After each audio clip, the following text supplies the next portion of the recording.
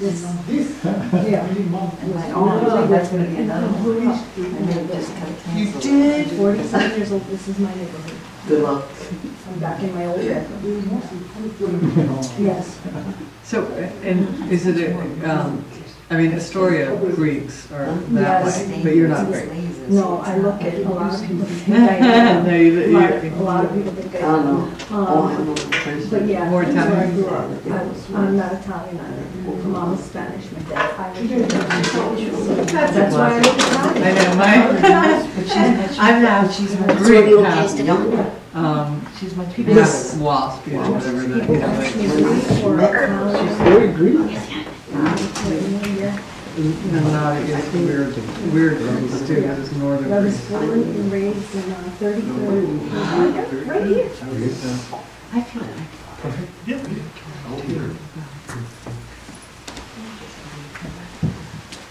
You guys can move your chairs up a tiny bit more to make a little more room in the back. Thank you.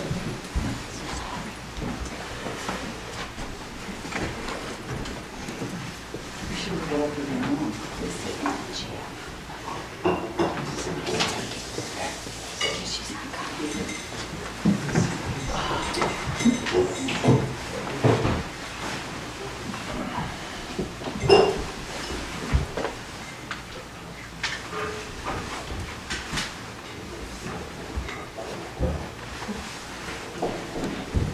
Don't.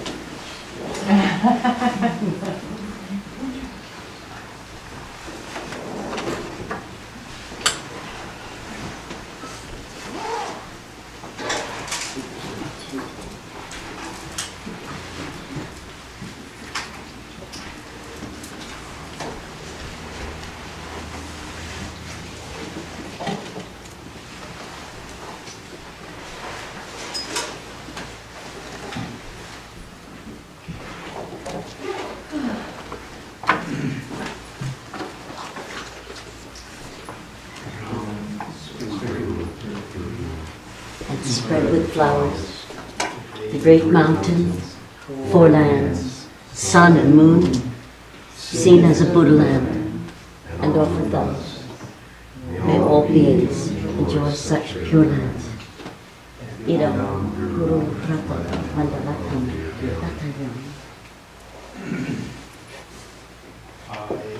Take refuge in the Buddha, Dharma, and Sangha until I achieve enlightenment. By the power of goodness that I collect by practicing giving and the other perfections, may I become a Buddha for the benefit of all sentient beings. I take refuge in Buddha, Dharma, and Sangha until I achieve enlightenment. By the power of the goodness that I collect by practicing giving and the other perfections, may I become a Buddha for the benefit of all sentient beings. I take refuge to the Buddha, Dharma, and Sangha until I achieve enlightenment. By the power of the goodness that I collect by practicing giving and the other perfections, may I become a Buddha for the benefit of all sentient beings. May all sentient beings have happiness and the causes of happiness. May all sentient beings be free from suffering and the causes of suffering. May all sentient beings never be separated from their happiness. May all sentient beings dwell in equanimity, free from hatred and attachment. May all sentient beings have happiness and the causes of happiness. May all sentient beings be free from suffering and the causes of suffering. May all sentient beings never be separated from their happiness. May all sentient beings dwell in equanimity, free from hatred and attachment. May all sentient beings have happiness and the causes of happiness. May all sentient beings be free from suffering and the causes of suffering. May all sentient beings never be separated from their happiness. May all sentient beings dwell in equanimity, free from hatred and attachment.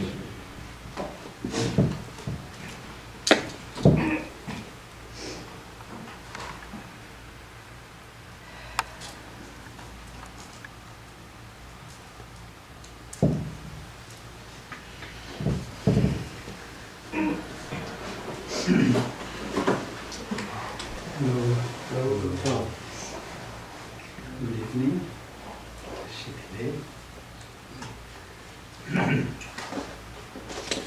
Yes, in our Tuesday meeting or gathering here, we do 3 sections. The first section, most of you know, I start with asking you to generate or develop motivation, good motivation, positive motivation, and then add other thoughts on it. And in second section that we spend time to talk on topic is opened, so there's no specific subject or topic we have. So it's open subject matter, so whatever topic that you like to share or want me to share. So or if you have any other questions, please. And then the last or third sections, we do meditation practice together, so we meditate together here. So, and also topic on the meditation is also no specific. So we've been meditating on breathing, we've been meditating on sometimes impermanent, we did meditate on compassion, we did meditate on karma, all these things. So if you have a specific subject that you like to learn how to meditate, you can do that. Or we also can meditate on how to really reduce the emotion such as anger in others. That is also one of the topics that we meditate. So anyway, these are the third sections we do. So let's begin the first section. Yes, coming here and the listening, the teachings on the mind training practice must do with the out of good or positive motivation. With that, I always request you or ask you to generate the positive motivation in your mind, beginning of your day, beginning of your practice, beginning of your every good or every action that you, even the beginning of your helping your family, or beginning of your work. It will be always nice to have some positive motivation to generate in your mind. And then second most important practice that I always ask you, remind you or request you to do is whatever the positive motivation that you have developed in your mind beginning of your day, carry that throughout your day by recalling, by remembering, letting your mind to remember, oh, this is my motivation. This is my motivation. Please, it's very important. And particularly, the point in here is to use the positive motivation that you have developed in your mind to use them when you face situation, particularly difficult situation that we face. Difficult situation that we face, we end up, if we don't pay attention on it, we are very easy to use one of deluded mind to deal with, to face that situation. Very easy. Sometimes we use anger to face that situation, or sometimes we use hate, sometimes we use jealousy. So one of the negative emotions we end up using to face that situation, and that gives really difficult solution to find. So please, and if we, in the other side, if we use the positive motivation that you have developed in your mind, such as compassion, or any kind of wisdom, any kind of understanding, to deal with that situation. Of course, we have to deal with it, but we don't have to deal negatively. once you have the positive motivation in your mind, you can deal that situation more positively, right? So please, that's the second most important practice that I share with you always. And the third most important practice is end of your day, before you go to bed, end of your practice, end of any kind of task that you perform, or helping someone on the street, or feeding birds, or any kind of good deed that you performed. End of that, please dedicate. Because in mind training teachings, truly believe on creating good karma or a negative karma. When we do some good things, it creates good potential. That's called good cause, good karma. When we do bad things, whether it's physically or mentally or verbally, we create a negative karma. We create negative potential within our mind. And that simply is a cause of our future. One is a cause of our future happiness. One is a cause of our future unhappiness. So these are potential we create. And here what was taught during what was taught is whatever negative action that I have accumulated, negative action by doing negative things. And we should remember that before we go to sleep and feel sorry. It's a wrong to do. I end up doing accidentally. I don't mean I'm sorry. I will try my best not to do. And also there are a good deed that we have performed today, such as developing positive motivation, maintaining positive motivation is a good deed. Or then also trying to do things more positively, or helping somebody. All those good deeds we have accumulated. And gather all of them and remember it, feel happy about it, feel rejoice it. And then really dedicate all of this good potential or good causes, and dedicate for every other sentient being by saying, may they become causes and conditions for everyone to achieve, lasting happiness. Everyone to achieve peace in their mind, everyone to achieve compassion in their mind, everyone to achieve liberation of samsara, liberation of suffering, and finally attain full enlightenment. So dedicate for every other, to everyone. And through this, of course, what happens is, of course, it increases more our potential of good causes that we have gathered. By dedicating for others, it really increases more and more. By rejoicing, it increases more and more. And also dedicating for others is also, become a practice of, practice of giving. Because I'm sharing the virtue, I'm sharing the potential, I'm sharing all of these good causes with every other sentient beings. So it is very, very helpful. So again, summarizing these three things, develop positive motivation in your mind, beginning of every work, every beginning of your day, and maintain your positive motivation throughout your day by recalling time to time. And then end of the day, end of your practice, please dedicate. And these practice keeps our mind positive, and this practice keeps myself being, being in positive. We always talk about how can I become a more positive person. Right? We talk about how can I become more positive, more kind, more loving, more compassionate. That really depends on these three practices. Without having the positive motivation, I cannot become a kind and positive person. It really depends on having a positive motivation. At the same time, how my action will become positive, that also relies on positive motivation. And also relies on paying an effort, not forcefully, just being with awareness, with mindfulness, paying effort to use those positive motivation to deal with situations that face in my daily life is also very important. And that is really, we can call as a mind training practice. This is meditation. This is really meditation. Meditation does not mean, again, I have shared with you many times, again reminding you, meditation does not really mean and sit on meditation cushion and close our eye and just do, just sit there. That's not only the meditation. No, really, when I keep training, whether I'm working, sitting, traveling, or eating, whatever action that I perform in my life, when I first develop, generate positive motivation, and then maintain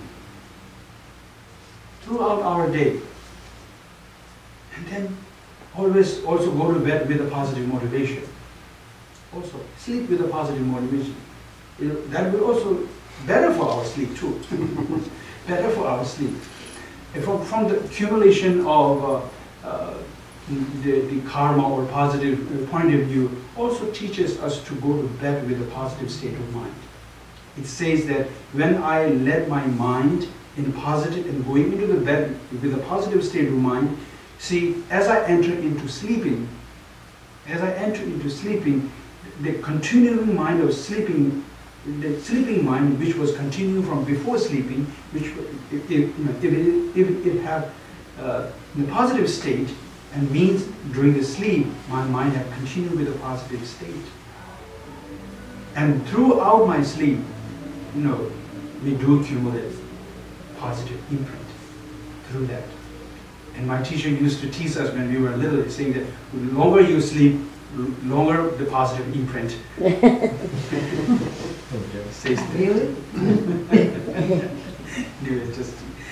But he did say that. He did say many times.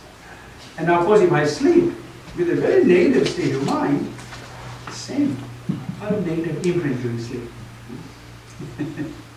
So anyway, so within this process of practice, what is really what we actually doing in doing this is we are making our mind more familiar with positive state, positive object, right? Positive object. And with this practice, I'm using everything that is happening in my life as a condition to become my mind more positive, more positive. So through this, my mind can become more familiar with the positive object.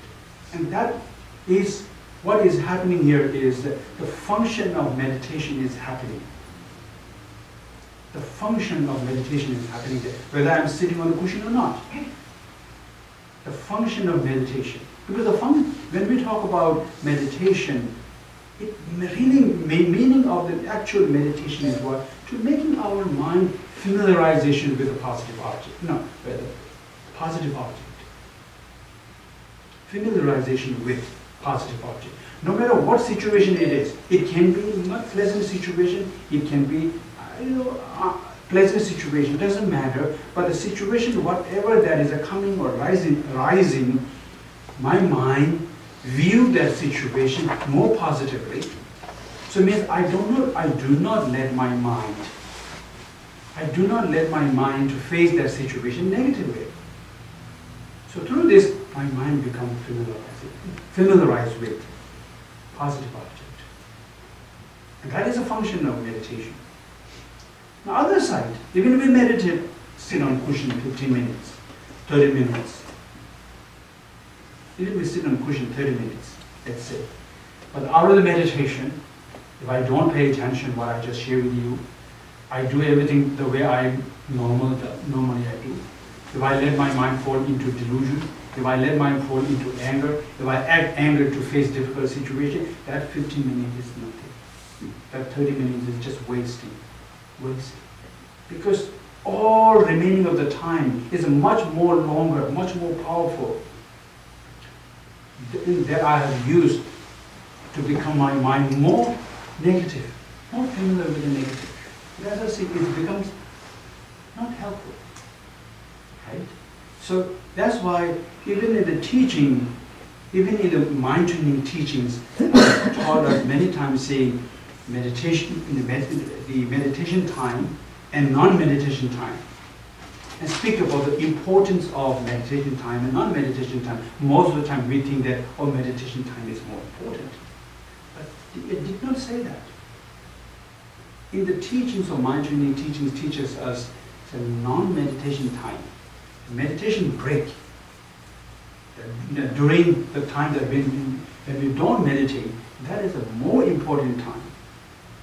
Because all those, during that time, it has more chances to develop negative state of mind. It has a dangers to fall into developing delusions such as anger and all others.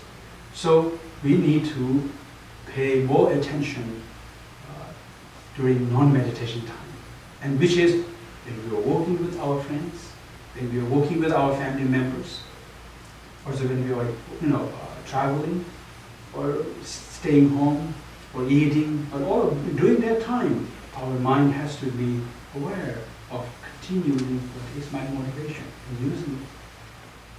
So just reminding you that again, and also the motivation is a state of mind, and it cannot be developed by somebody else. I have to do it. We have individually had to contemplate on instructions that teaches us, that shows us how to really develop the positive state of mind in our mind as a motivation. So we ourselves have to spend at least few minutes contemplating on these instructions about how to really develop positive motivations. And here I always ask you to think about first of this present human life as one of the subject to meditate on how about developing positive motivation. And also the second subject that I shared here is about impermanence, which is also a very, very important subject to meditate. And the third subject that we learn here about developing positive motivations is karma and its result. Karma and its result. Another term is a cause and effect. Cause and effect. And then the fourth the subject on how to develop positive motivation in our mind is the nature of samsara in general, in particular. Another term is the nature of this circle, a cycle, circle existing in general, in particular. So through this, number one, based on the precious in the human life, what we really develop in our mind is a mind that wishes to achieve the essence and meaning of this life. Because in general, we end up a lot of the time we end up wasting our time by engaging into meaningless activities. Meaningless activities. I don't need you in general.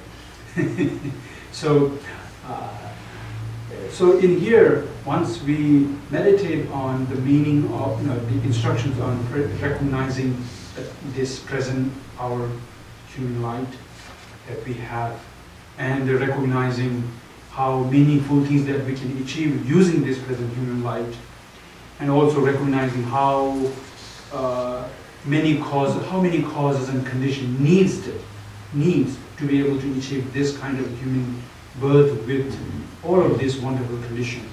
So, but realizing this, it's not rare. It is very rare. It is not easy to have this kind of opportunity. That's why, with this understanding or this kind of recognition, we will develop the mind that wish to achieve the essence, the meaning of this life. And when you think about the impermanent, it also, give you another really powerful strength. Thinking that, to achieve the essence of this life, do it from now without waiting. Do it now. But doesn't mean it has to change what we do in our life. It doesn't mean we have to change our lifestyle. It doesn't mean. But just do it from now, starting from having a positive mind as a motivation and maintaining positive motivation and doing other practice. So do it from now without waiting, because of impermanent. Mm-hmm. That's a true, really true nature of, one of the big nature of every one of us. And then cause and effect. Cause and effect means positive cause, negative cause. Positive cause give negative, the positive result. Negative cause give negative result. based on how I create, based on how I create. So I'm fully responsible of the negative cause that I accumulate. I'm also fully responsible of the positive cause that I accumulate. So in here, in this way, so since we don't want you to experience unhappiness, since we don't want you to have a negativity, so what we have to do is we have to stop accumulating negative action. And also we have to start purifying negative actions that we have accumulated already. At the same time, we have to start accumulating positive action. We have to start accumulating. And that's a very, very important. And what is so, also, I share with you that think about the external cause and condition. How a fruit arises. See, when we plant apples, it only grows apple, not grapes. Just like that, when we plant positive cause within my mind, it only gives positive result, not negative result. So all the negative things that are happening in my mind or in my life simply is a result of the negative cause. All the positive things that happens in our life is also arising simply from the positive cause. So knowing that in here, that motivation, knowing that that is also another motivation here is saying the mind that start to only accumulate positive action. So then again, the next chapter is the nature of circle existence. That when we say nature of existence, means the nature of human as well as the nature of this world. So since you and I have taken the birth in this world, this planet, and we are in the nature of we are in this nature. So whether I like or not, we do experience human nature. We do experience the nature of this planet, and so accepting the human nature that we experience, accepting the nature of this circle existing that we experience, and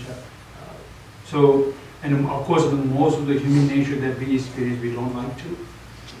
Most of the nature of this planet that we experience, we don't want it to meet, but we have to experience it. So we have to turn our mind to understand that these experiences are a nature of human and nature of circle existing world. And I am someone who have taken birth in this planet, and so have to experience it and accepting our mind into it.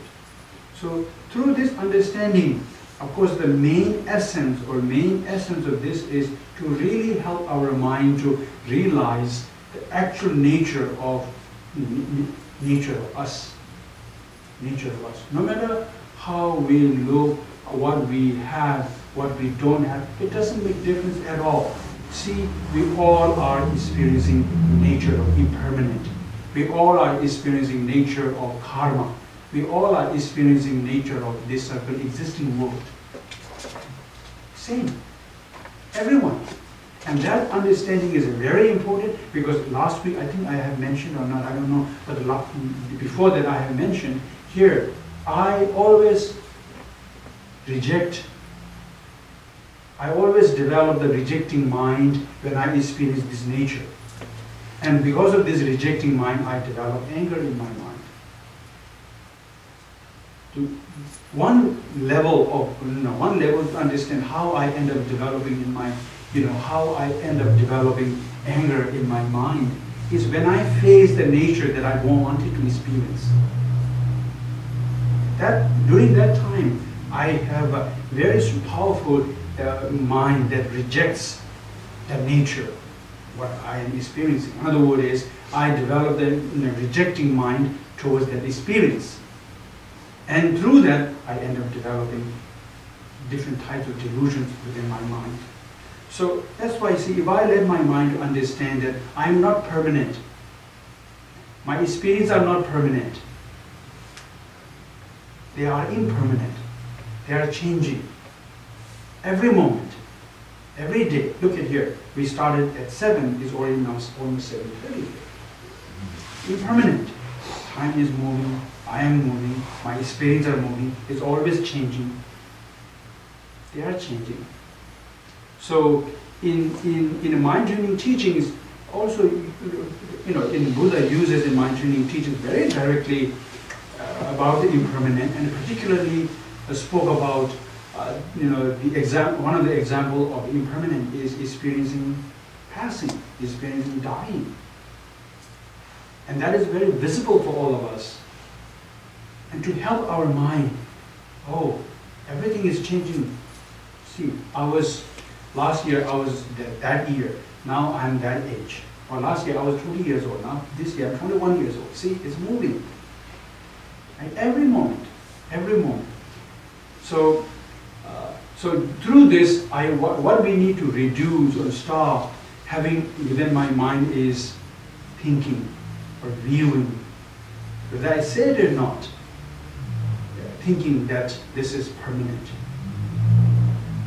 But we act as, of course, in intellectual level, we will not say that I am permanent. In intellectual level, we will not say that, we will not say my experiences are permanent. But internal level, within my mind, internal level, there is a mind that view myself as a permanent. There is internal level. There is. And so that mind, it's called grasping mind, is a permanent, which always reject towards change, reject towards the change of the nature of the changing. Anyway, so just think about that again, and this is a very powerful subject. And then cause and effect too. Every experience are a result of our cause, but most of the time we always, most of the time we reject this experience that I don't like to experience. And this rejection comes from is not seeing they arises from the cause that I have accumulated. So that's why again we help in realizing the relationship between the cause and my experience will help to accept my experience that I am experiencing. At the same time, nature of self-existing too. So going through all of that, ultimately what helps our mind is reducing those delusions, reducing those emotional feelings, reducing having an anger, reducing having a desire attachment, reducing having a jealousy and all of that. Through this, our mind will see there's no meaning to get so attached with this and this while getting so angry with this and this. We will see it's meaningless to develop any of those delusions within our mind by realizing nature of impermanent, nature of karma and its result, and the nature of self-existing world. Please. And through this, we will also experience within our mind there is a method that can really help to experience less delusion in my mind. And more less, and more less, and more less. Through this, there is a possibility of achieving liberation of delusion within my mind. Possibility. Because we have the potential. And through, once we develop that, what mind training teachings teaches us here says that, then wish. Really have the mind that wish to achieve liberation of delusion, liberation of anger, liberation of desire, attachment, hate, and all of that. Liberation of ignorance. And that liberation in mind training teachings recognized as a nirvana. The term that used in mind training teachings, in meditation teachings, called nirvana, which is a Sanskrit term. In English, it's a liberation. And liberation of what? Not just specific small suffering. It is a liberation of ignorance. Liberation of troublemaker. Right? Liberation of anger. And that will free us from this circle existence. Certain the term that also used in meditation teaching called samsara, which is also a Sanskrit term. In Tibetan we call korwa. In English they use circle existence, samsara. Samsara, even it looks, when you hear it is a circle existing, but it is, when you look at what really it still goes to the self-grasping, the ignorance. Where there is no ignorance, there is no samsara. That's why I see nirvana, liberation of delusion. And we wish for that. We should, when I try to develop motivation in our mind, in my mind, I also always wish to achieve liberation of delusion. And then when that comes, and then after that, in the process of developing positive motivation, you start to think of other sentient beings who are there to me, and they are our kind mothers. They are our kind mothers. In mind training teachings, in meditation teachings, which was taught by the Buddha, taught that every sentient being, every mother sentient beings are our kind mothers. His present mother, mother of my previous life, mother of his previous life, mother of his previous life. There's a countless of life, countless of mothers, everyone has been. And then remember the kindness of our mothers, and they wish to repay the kindness of our mothers and beings. And then what they really wish, what they really want, they want peace. What they really don't want, they don't want sufferings and problems. And now first think about their suffering, their problem, their karma, their difficulties. And then we, through contemplating all the difficulties that our mother essentially is going through, and then we wish for them to get free from suffering, free from cause of suffering. And we wish they stop creating cause and condition that will bring suffering in their life. I wish they will stop developing anger. I wish they will stop developing any of those negative state of mind. I wish they will stop creating negative thought at all. So that's it. Developing compassion towards them. As they want happiness, I think about they are lacking this happiness. They don't have this happiness. They don't have this happiness.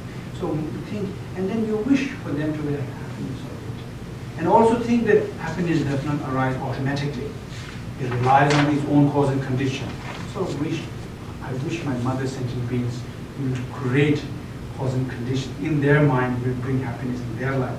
I wish my mother sentient beings will develop compassion in their mind, loving kindness in their mind, wisdom in their mind. So we send that wish, and that is the loving kindness. See, great compassion, great loving kindness.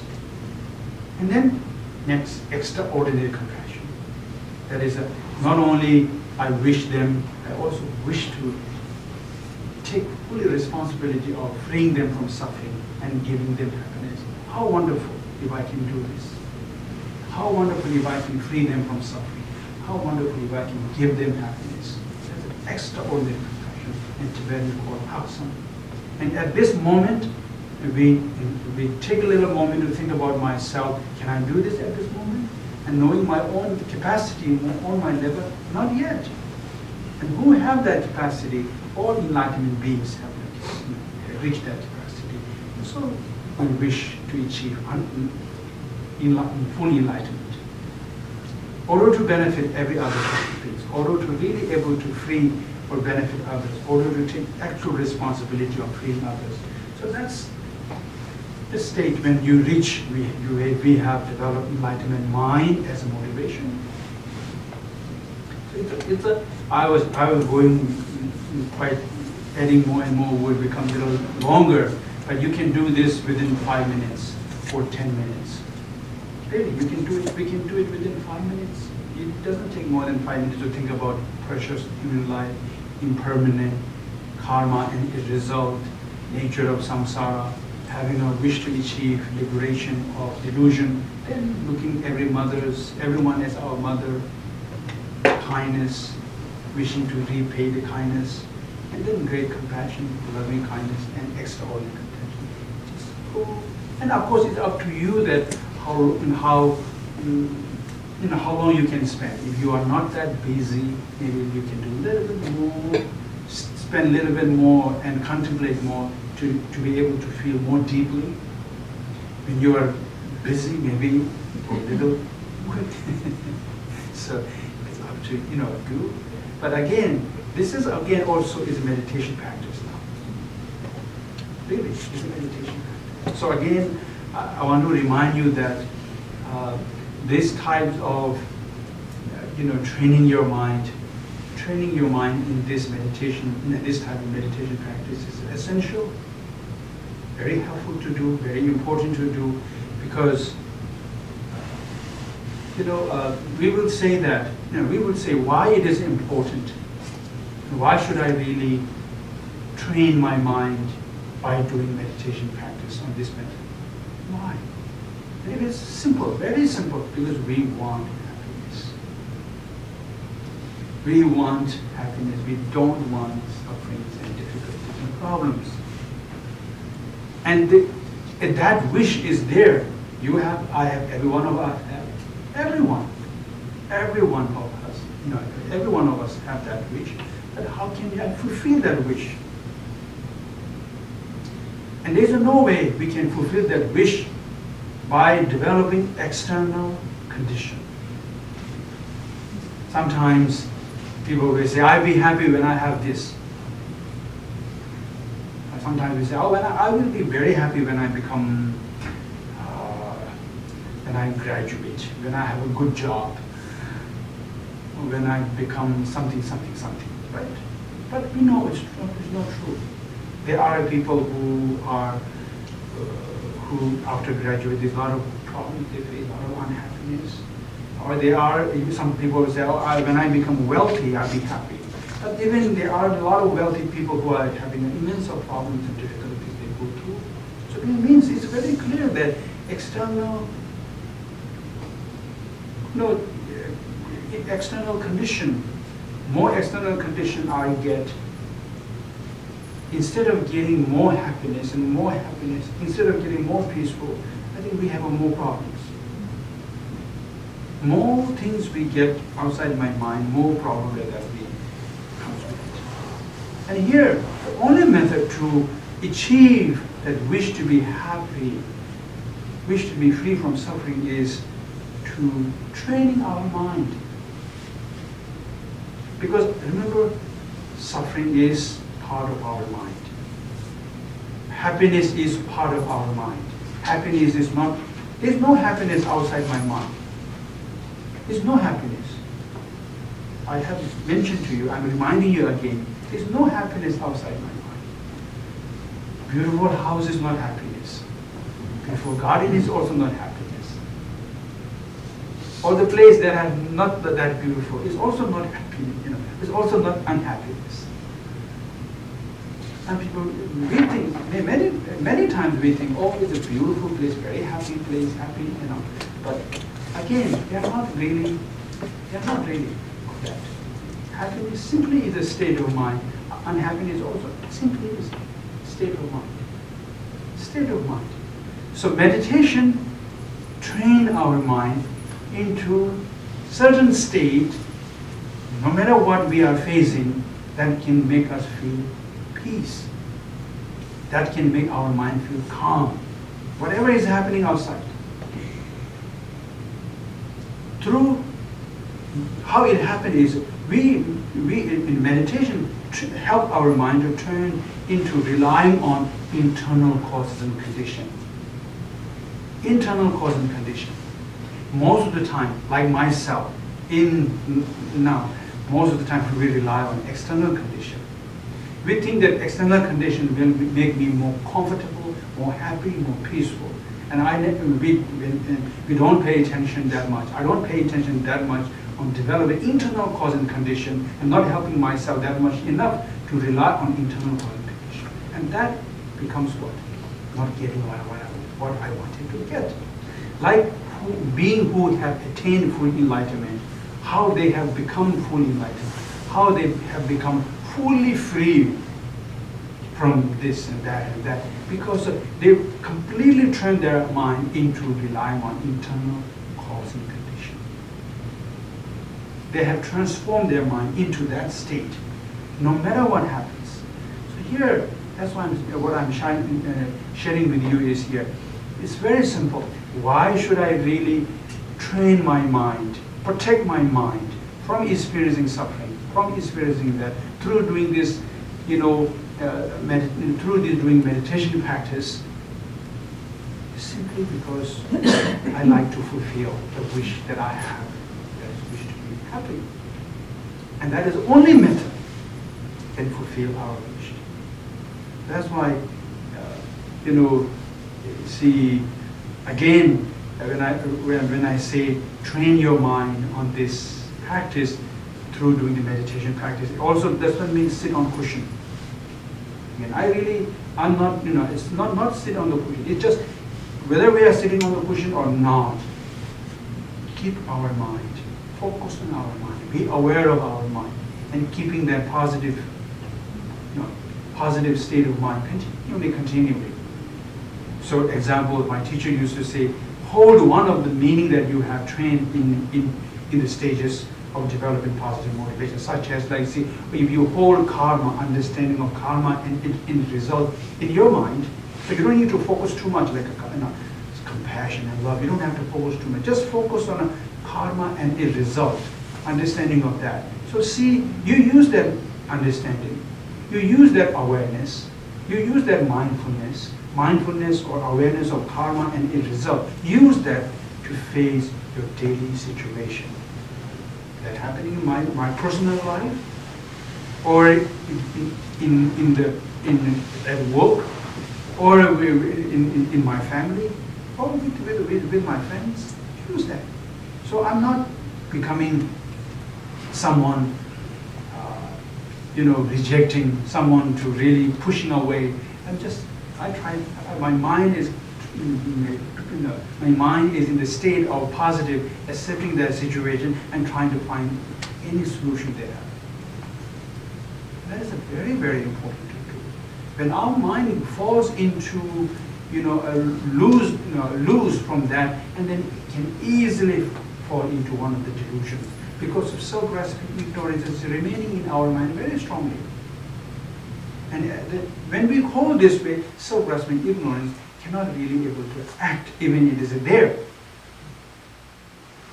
And it can slowly, our ignorance can become powerless slowly. And our anger can become powerless. Means is, more I gain familiar with the positive state of mind, I lose, my mind become, a little bit far from the anger and other delusions. So this is the way how we have to train our mind. Just like how you train your body going to yoga and others do. You make your first beginning, you don't know how you can bend. You don't think I can bend that much. And slowly you become someone to be able to bend so much. So it's just like, see, in mind training teachings, also almost like doing mind yoga. It's very big, called Lami Nanjo, Sengi Nanjo, which means is the mind yoga. The other one, the other yoga is a physical yoga, and here is a mind yoga, because our mind is very, not able to bend. Not able to bend. And so we bring this meaning to be able to bend our mind into positive side. So that's why it's really train our mind. Train our mind into positive state. So that through this, we can be able to tame our mind. Our mind is not like, rushing and feeling negative very easily. So I can be able to control my mind more easily.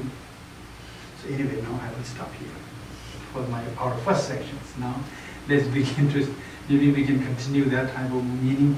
Anyway, so let's begin doing the second sections here. So, any thoughts? Yes, go ahead. Rinpoche, thank you so much. That was something. Today I left my phone at home by mistake. Good. It was wonderful. And I had all these things that I had to do, and addresses and people's birthdays to make appointments at doctors for them. I mean, there were all these little things But as you say, it was good. I was absolutely thrilled with it. And I thought that we should all leave our phone at home at least one day out of the week, particularly in the weekday, not the weekend. And I was just kind of struck by how in such a tiny, tiny little bit of time, we've been sucked in, because my question is about distraction. And we've just been sucked into this thing of constantly checking this, checking. And whenever I would hear it ping, I was so happy. I thought, it's not for me, not for me. But I saw how my mind, and I'm actually interested, as you know, in thinking in another way. But even with this practice and everything, we are so distracted. And just in particular for these little devices that we have. Can you just talk just a little bit in general about that topic? Distraction and devices?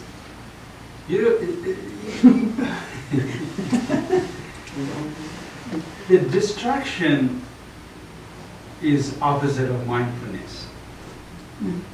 So what I was sharing early is directly hit to that point here. More I become familiar with the distraction, less I become mindfulness. More I train my mind into mindfulness, less I will get distraction in my mind. Right? So it's also see how easily I can get to this type of distraction, and also it has to do with our desire. It really also has to do with our desire attachment. So here, desire attachment, also anger, and all of this delusion mind that I always share with you are also part of the distraction. We can also say that anger is a distraction too. The desire attachment is a distraction. Hate is also a distraction. Jealousy also a distraction. So ignorance is also a distraction too. Because it distracts our mind from focusing towards positive. Here we go, here. In our mind training teachings, when we teach about meditation, you always think about positive, isn't it? But when you think about the function of the meditation, it can also go with the negative. Yeah, when you think about the function of the meditation, it can also go with the negative. But we don't always, from the wood explanation, we will not let our mind go that way. We always try to bring our mind, when we talk about meditation, it's always towards the positive, positive, positive, positive. But think about the function, let's see. If I think about, let's say, if I meet someone on the street and did something and I didn't like it, and I say something, he also says something, then negative word, negative face, needless to say anger, and I come home, let's say we separate, come home, I meet my family members home, and I say, how dare, there was a terrible person I met, so I banged the table and shared this to see more negative. See? I may get more anger than before. I may get more anger than before. Now I'm saying this, I'm doing what? Analytical, I'm kind of like I'm doing meditation here. Thinking of what he said, and sharing with you, saying and sharing with you what he said to me, what I said. See, a student of my mind becomes full of negative. Through this, actually what I'm doing here, I'm making my mind more familiar with the negative object. Negative object. Other side, I'm making my mind more familiar with the positive object. So basically, I'm making my mind familiar with a certain object. So basically, meditation function is there, but we only put into the positive side when we talk about meditation. But actually, when that kind of situation is also, it's almost like meditating. Isn't it?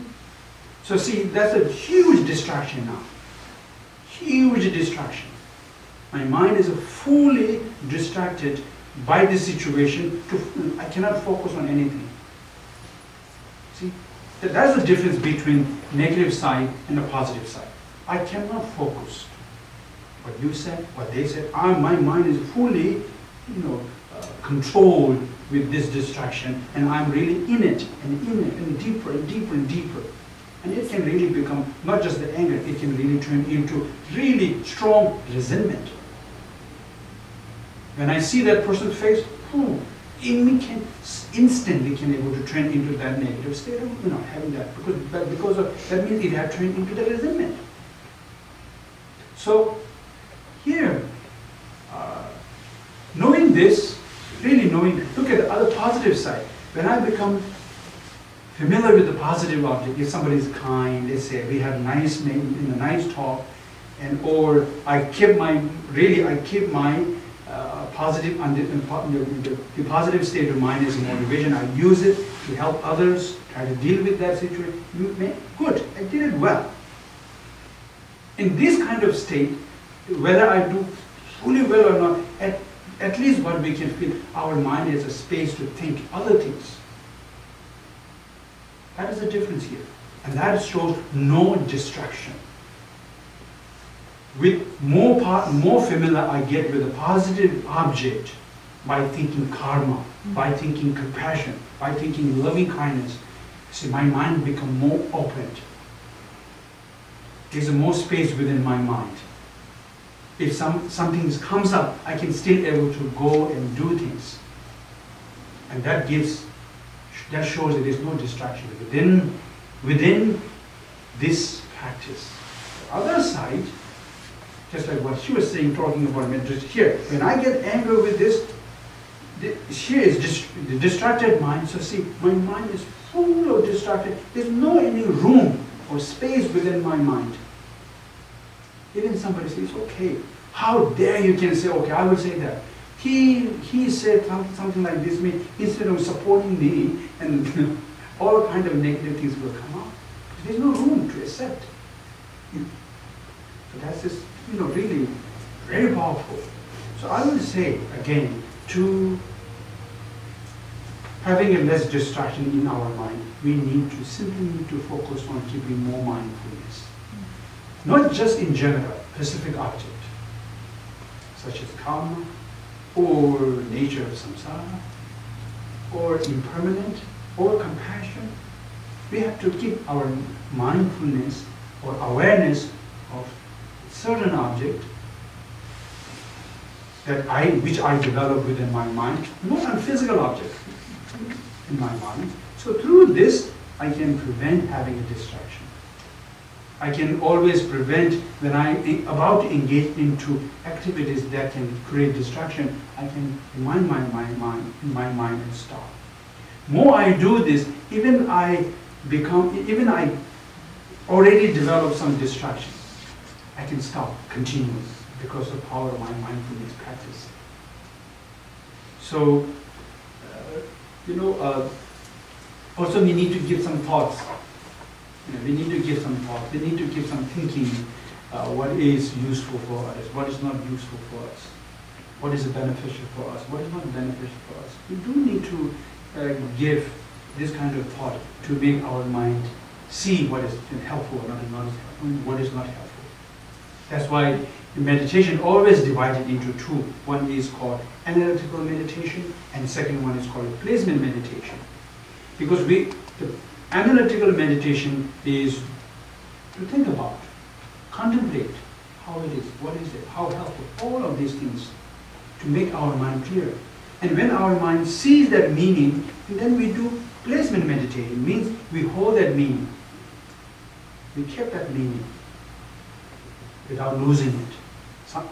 But we can lose easily because of not familiar with that meaning. So then we go back to do again an analytical meditation to bring back that meaning. Example, see, feeling of compassion is not easy. Feeling of anger can arise very easily. Right?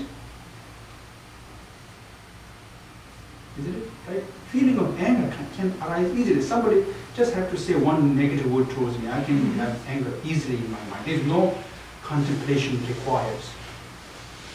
Because that shows that how good I am, how familiar I am. But in the compassion, it takes time to feel. So here what taught in us is do analytical meditation on compassion. So think about compassion, how good it is, how helpful it is. And think about other problems, think about other suffering, think about peace. And then with this contemplation, when you do this, we will say you are doing analytical meditation. I'm doing that. And through this, I can slowly feel compassion in my mind. Maybe not very clearly, but some roughly. And when we feel that, it's okay. We feel that, and then we imagine, we put some imagination with using our intellectual understanding, saying that, oh, this is the mind that wish for others to get free from suffering. And we make it.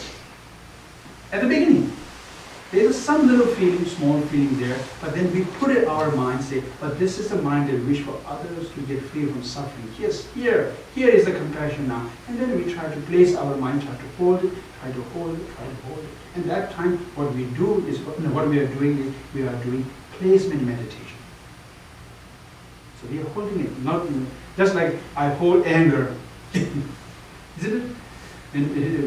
When we develop anger, come home and then I still hold, thinking of that scene, hold it. Just like that, now forget that anger. Replace, instead of anger, replace with the compassion, the feeling, and try to maintain it. See how long I can hold it. How long I can, maybe not that long at the beginning. It's okay, it's very common. Okay. This is the way how we train our mind. So that's why I'm saying it, cushion is not really required actually. You can do this at your work. There's feeling of compassion arise, hold it. And then continue, repeat it, repeat it. So it's just like teaching kids.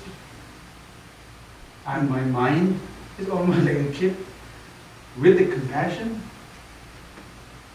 My mind is, kids like with these, the meaning of loving kindness and that. So now we train it. And through this, see again, mindfulness can be able to arise of being compassion, and the distractions can become less and less and less in our mind. But without mindfulness, really, without mindfulness, we can easily fall into any of these distractions. That's why, I don't know if you have seen or not, in many monasteries they keep one elephant and one monkey, and there's one rabbit, there's one hook. See, there's a symbol of it. Because in the beginning, the Buddha taught us saying that our mind is like a monkey mind, it's jump in there. It's never sit on one place, one moment nicely. Right? Our mind always jump. That's why one of the Kadamba's master, when he was, later he became a really good master. At the beginning he was trying to meditate, but his mind is just like a jumping like a monkey, and then he says, please stop now, you're making me too tired. I could not follow. As you, because our mind can run and move so fast. So it says that your mind following, running so quickly, my body cannot follow as you mind, and that made me tired. So in the beginning it's like that. Our mind jumps from different object to different object very, very easily, and that shows that weakness of mindfulness, weakness of awareness, weakness of concentration. And meditation teaches us to build up the concentration, to build up awareness, build up, and also, as I said, meditation, again, is being training your mind, whether you're sitting or not. It's easy again. This is what I like to say. It is easier, but it requires very gentle method to start, and make it simple. We don't have to make it complicated too. It is simple. Only requires what? Gentle effort. Continuing gentle effort. Okay, let's say three words here. Gentle, continuing effort requires. Gentle means we should not force it. Number one, when we accidentally sometimes develop distraction, it's okay. Again, to be gentle. Don't be so no, didn't happen, didn't go well. Don't do that. It happened. So be gentle. And here, effort requires. And effort in this case is what? Be happy with it. In that action. When I try to develop, when I try to train my mind, I must have at least some happy state of mind in training my mind. I'm not like, it is my routine to do, not like that. It's some kind of happy state of mind. That's what in the teaching says that, so what is effort? It means that being happy in the virtuous activities. Being happy in the virtuous activities is effort.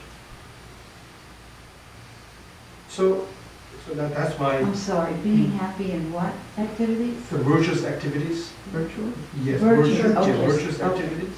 And Yes, and welcome. The virtuous activities is, effort or enthusiastic. Anyway, so, and see, gentle effort and continue. Continue is very important, right? So doing 5 minutes and 30 minutes forget, that doesn't work. So continue. Just continue. Okay. What's the nature of samskara? Samsara. Samsara. Here, samsara again is a Sanskrit term. In English, they translate as a circling existence. Samsara. And the nature of samsara is experiencing nature of uncertainty is one. Nature of changing our status again and again. Also nature of experiencing loneliness. Nature of experiencing different types of suffering, such as suffering of changing, and also the pervasive suffering. Let me start with the uncertainty, nature of uncertainty. Here, look at, first, we think of, we have in our mind, think about that, oh, this is certain, that is certain, that is certain. Let's say, just within my life, without talking about others, without talking about anything that I have, anything that belongs to me, let's talk about my mind, within my mind, and look at my own body. Just look at my relationship with my body. It's uncertainty. My body is changing the way I don't want it to, but it's changing.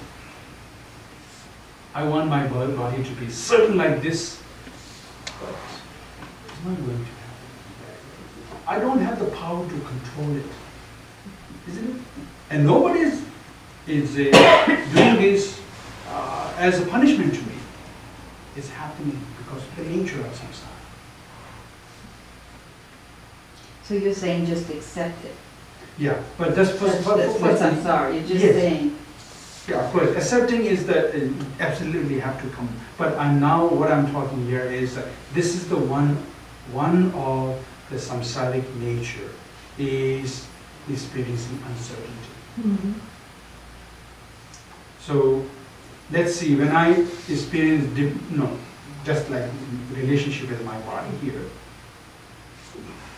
and then relationship with others, and with even also within my mind too. I want my mind to be really in excellent condition. I want my mind to be more like when I was 16 years old, more sharper, more this and this and this. But as we get older and older, our mind also can forget more easily, all of this. This is also uncertainty. Nature of uncertainty. Isn't it? So here, and then there are many things with my friend, with the climate, with my house, with my clothes, with my mind. See, I have a friend, he's my best friend, forever my best friend. But who knows what happens? Sometimes even our best friend do something and then we become so that is also uncertain. So that's why in the mind training teachings teaches us here, as long as I remain in samsara and the nature that I experience, which is samsaric nature, are always uncertain. So let our mind to see this, and then when this change take place, when the changes happen, my mind will accept easily. My mind will not get bothered by it. Like a child. Yeah, will not get bothered by it. So again, coming back to some samsaric nature, and what we call in the mind-based meditation teachings called, we are samsaric being. Because we took birth in samsara, in this samsaric world. We were born, we took birth in this samsaric world. And we become samsaric being. And samsara, the place we call samsaric place where we were now, and the nature that we experience is a samsaric nature. And of course, based on mind training teachings given by the Buddha, teaches us that we took a birth not by our choice, it's by the power of cause, karma, that I have accumulated in the past. Otherwise, in this case, says that there's no anybody, there's no one has a power or authorities to say to us, you go to take birth as a human, you go to take birth as an animal, you go to take birth as a... Nobody has that power, no authority. It's all happening based on individual cause that we have accumulated in the past. My karma and my cause that I have accumulated is the one who will determine what kind of birth I take. And this is the human birth we have taken within the samsara. So, and here, and while we are living in samsara, what we experience is samsaric nature. Example, like while we take human rebirth, we experience human nature. Human nature is what? Number one, taking a birth from our mother, then experiencing aging. Every moment I'm getting older. Then experiencing sickness, which happens, right? Sometimes headache, sometimes this pain, sometimes that pain. Different types of sickness. Suffering of sickness. Nature, that's also human nature. Meeting with a situation that I don't like to meet again and again. That's also human nature. Human nature. Not meeting the situation that I desire to meet many, many times. Not meeting, not getting what I wanted to. That's also human nature. And finally, experiencing dying. Human nature. So these are all the human nature. And see, that's why without understanding of these nature as a human nature, without understanding these experiences are as a human nature, when that situation happens, I become difficult to accept.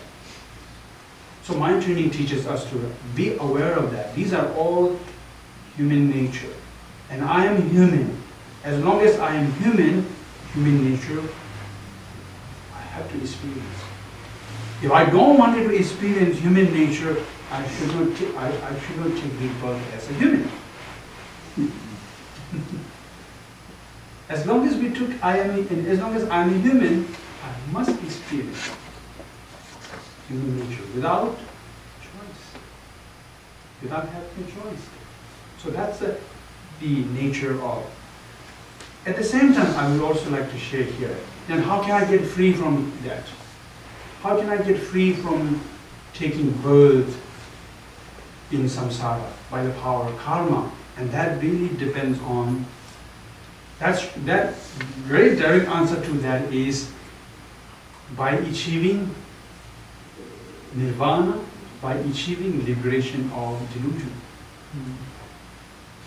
So here I need to focus on my reducing delusion, number one. At the same time, focusing on reducing ignorance. And finally, when I come to the point of able to removing ignorance from my mind, I become free from taking the bird in samsara.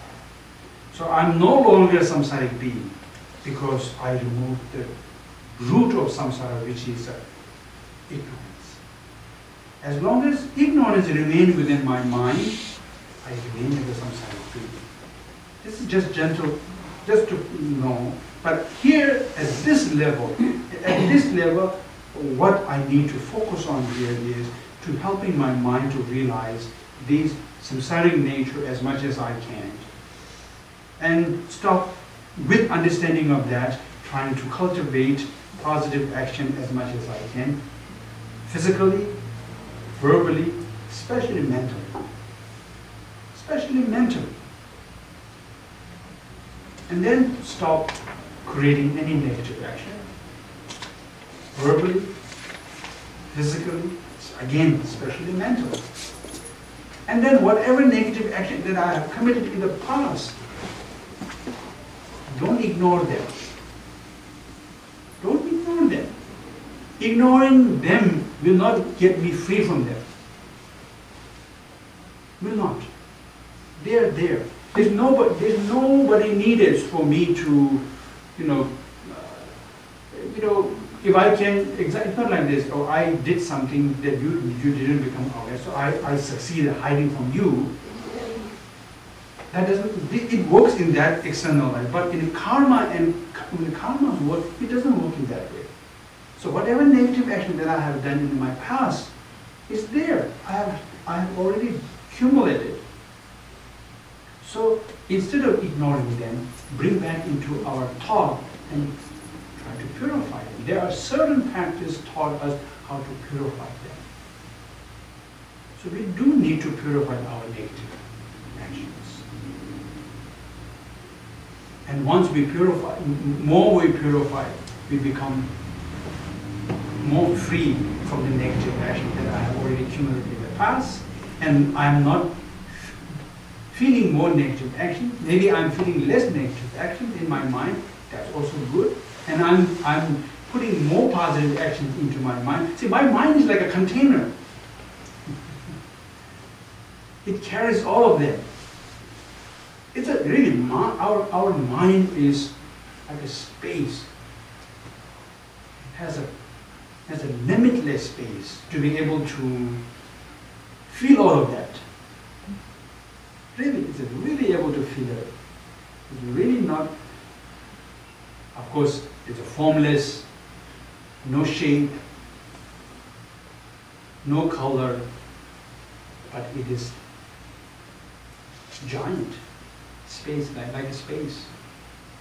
And the nature of our mind is to continue to perceive different things, to understand different things. Also functioning is to serve as a basis to gather all the positive actions and negative actions, as well as their imprint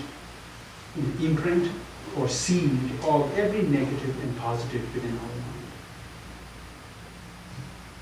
Yes? What if you're in a job situation where a policeman is confronted with a lot of negativity? What if somebody fires and shoots and he has to shoot them to save somebody else? What he can't just say, let them be negative. I mean, he's performing a negative action to counteract another negative action. What in that situation? I don't know if I'm explaining it. Yeah, I understood. I understood. This kind of situation, here we go. Sometimes some of the action may seem negative, but it doesn't have to be negative. So that's not negative. Here we go. I'll tell you one story, then you think about whether it's negative or not. I'll tell you one story, and then you can decide how you can you can tell us how you feel about that situation which you just shared with us. Here we go. The Buddha Shakyamuni, the present Buddha, the Shakyamuni Buddha, who came to this earth during like around almost 2,600 years ago. Before he became Buddha, he was just like us. And he's just like us, please. This is not in all the Buddhas, not only Shakyamuni Buddha, all the enlightenment beings based on the mind training teaching, they are not Buddha from the beginningless. They are not enlightenment being beginningless. Beginningless of time, they are just like us. So anyway, so coming to the point here, the Shakyamuni, the present Shakyamuni Buddha, Lord Buddha Shakyamuni, before he became Buddha, during his training, he was a bodhisattva. He's training his mind. He had developed quite high realization already.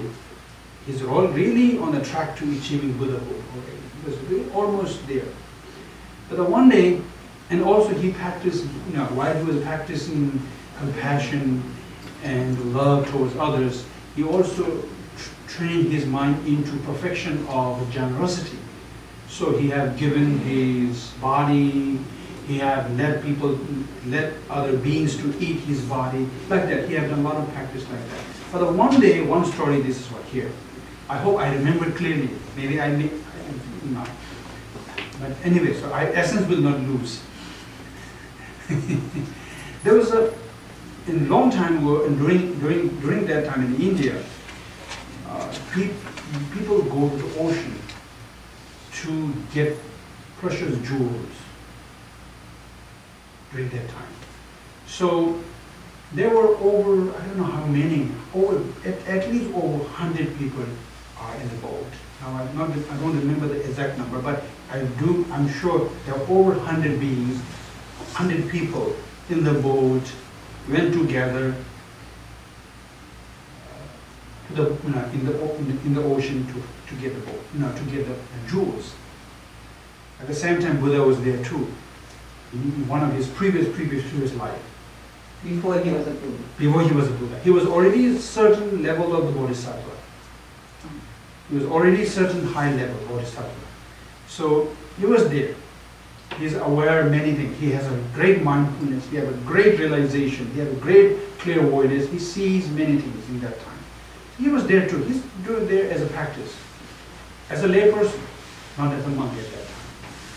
And there were also one person is very negative. So they went in the ocean. They found the jewelry. They are coming back now. And then the one person who was very negative is already planning to kill all those hundreds of people, to steal those jewels. He planned it, and he's about to do it.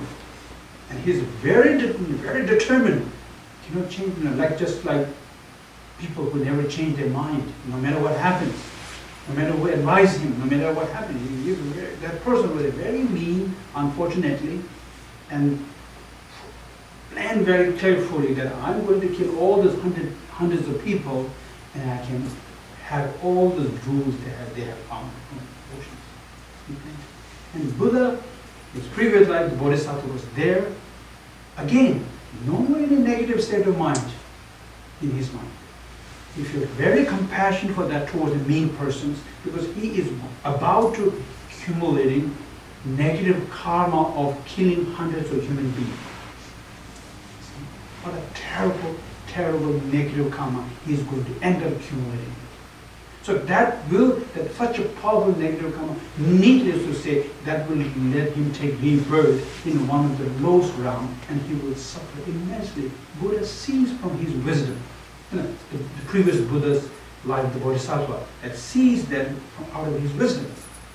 And also at the same time, he feels those hundreds of people, he feels compassion for them, losing their present life, thinking of them, they all have families. They are all lovely human beings, and so he also feels compassion for them. And now, what action he should take? What choice he have?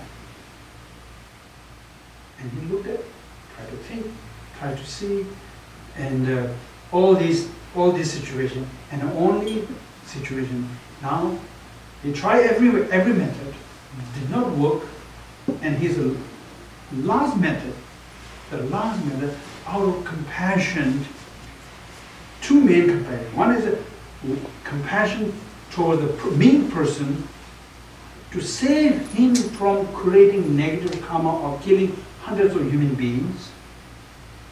And he saved the life of these all hundreds of human beings. The only method level one, and the Buddha took the action of, the Bodhisattva took the action of killing that one mean person.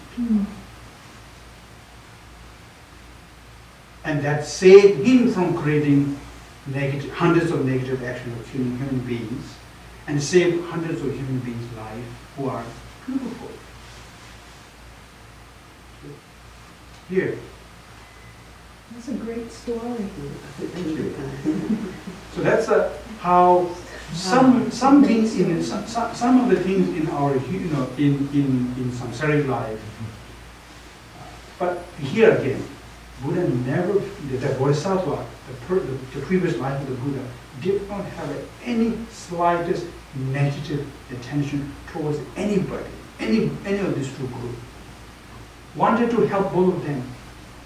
If Buddha did not do anything at that time, the Bodhisattva, if he did not do anything, it's very clear he is going to kill all of these hundreds of beings. And what will be? So look at that, and then you think about it. It's when you have a no choice situation. Yeah. But of course, the number one condition again, I wanted to remind you, number one condition is a good motivation. What about a child who's being bullied? And then she decides to turn around. I'm in this situation now. Not me. My niece was bullied at school constantly. So she finally turned around and hit who was ever bullying her. Yes, I see that, I understand that too. Everyone is telling her she's justified. Great. Is she justified? Or should she have walked away and allowed herself to be bullied? It's a very difficult situation again. Number one, it is really sorry that they do that towards her. But she won. She hit the child, and she whatever. The child, they're 16, 15, whatever they are. She got into a physical fight. But her father was praising her. Did she do the right thing? Should she have walked away and just... I don't know how really, but again, what I can tell you is from being positive action or negative action, number one, sometimes we may have to do this, but again, without trying to not to have the negative motivation is essential, that we can control. From external, from outside our mind, relating with others, relating with the activities of others, we are not fully in control of it. And she didn't ask to be bullied. She didn't, you know what I mean? Exactly. She defended herself. I was bullied in school too, I mean, all my life. And, you know, it's not something that you ask. You didn't ask for. So don't blame her for, you know, I mean, I understand the praising, the thing. I understand how you feel, like, don't praise the violence. Sure. I understand, I get that. But I feel that, like your story, about the Buddha, you know, if you need to defend yourself, sometimes you have to. Yeah, of course. Defending yourself. That's why we're here, I guess. It's absolutely. Defending ourselves is needed. I mean, sometimes it's needed, yeah. Thank you. Thank you. We don't have that many minutes to meditate. It looks like we have to take. But again, we can still meditate for at least. We can still meditate. My watch is 8:25. I don't know. Yeah. Yeah, good. So please. It's a non-violent way of defending ourselves.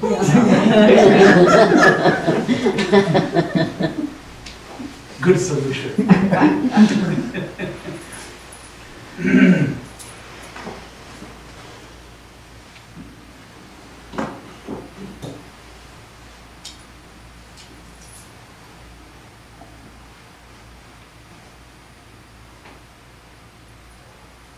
Yes, at the beginning of your meditation practice,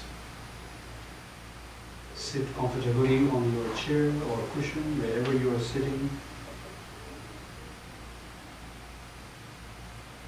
and keep your back stretched.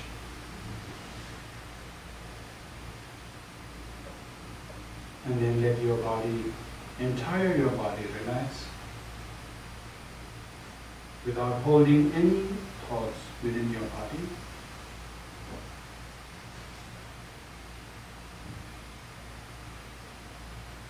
Simply just let your entire body relax, starting from your head, face, neck, shoulder, chest, your both hands, stomach, navel, your both legs. Just relax.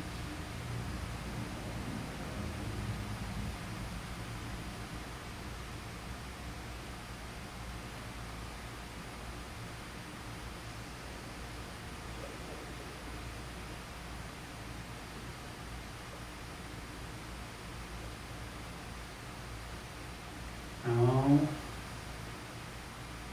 place your mind over breathing. So bring breathing into your mind as an object.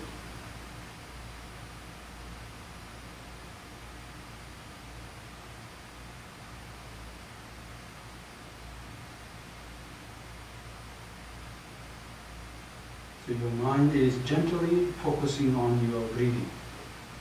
You breathe normally. You don't have to breathe different way. Simply your mind is focusing on your breath and be aware of it.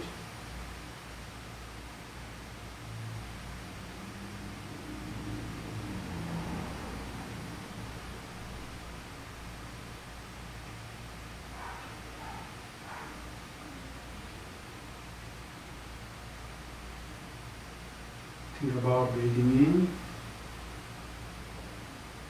and breathing out.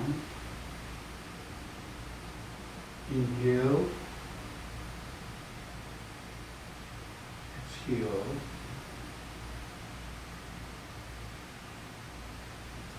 Inhale, exhale. Inhale, exhale.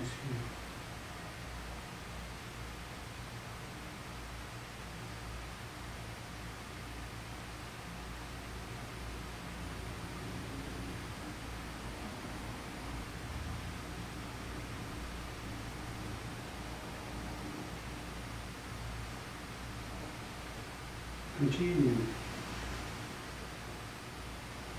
If your mind falls into other direction, it's okay. And then just bring back gently on focusing on breathing.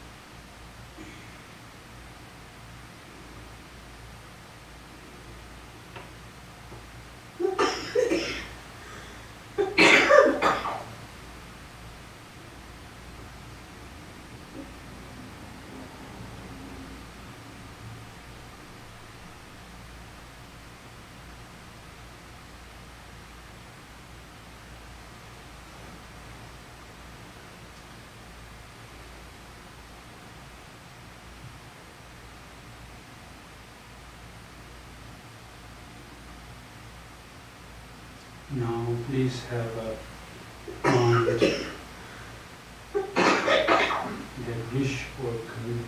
wish to maintain this mindfulness continually throughout our life. And let this thought please rise from this meditation practice.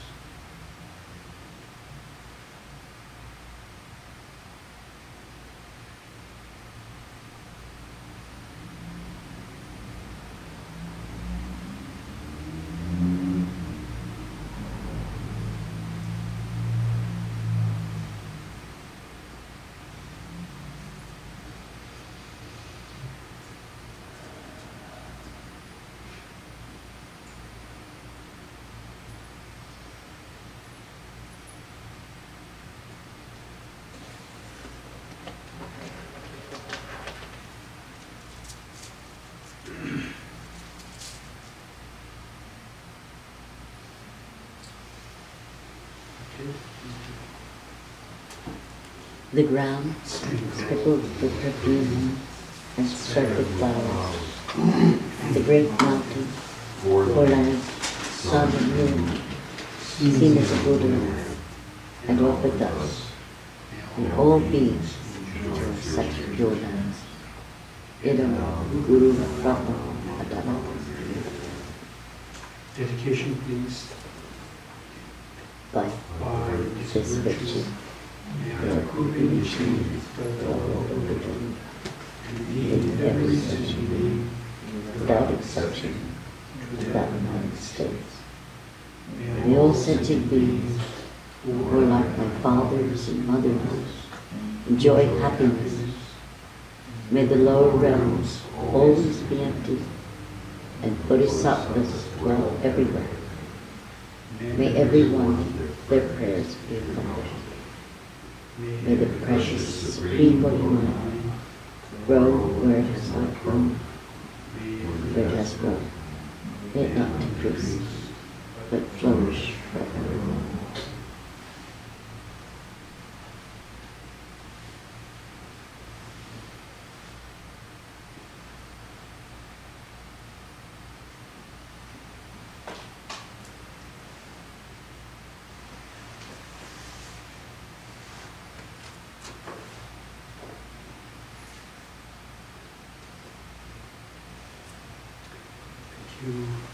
Thank you. Thank you.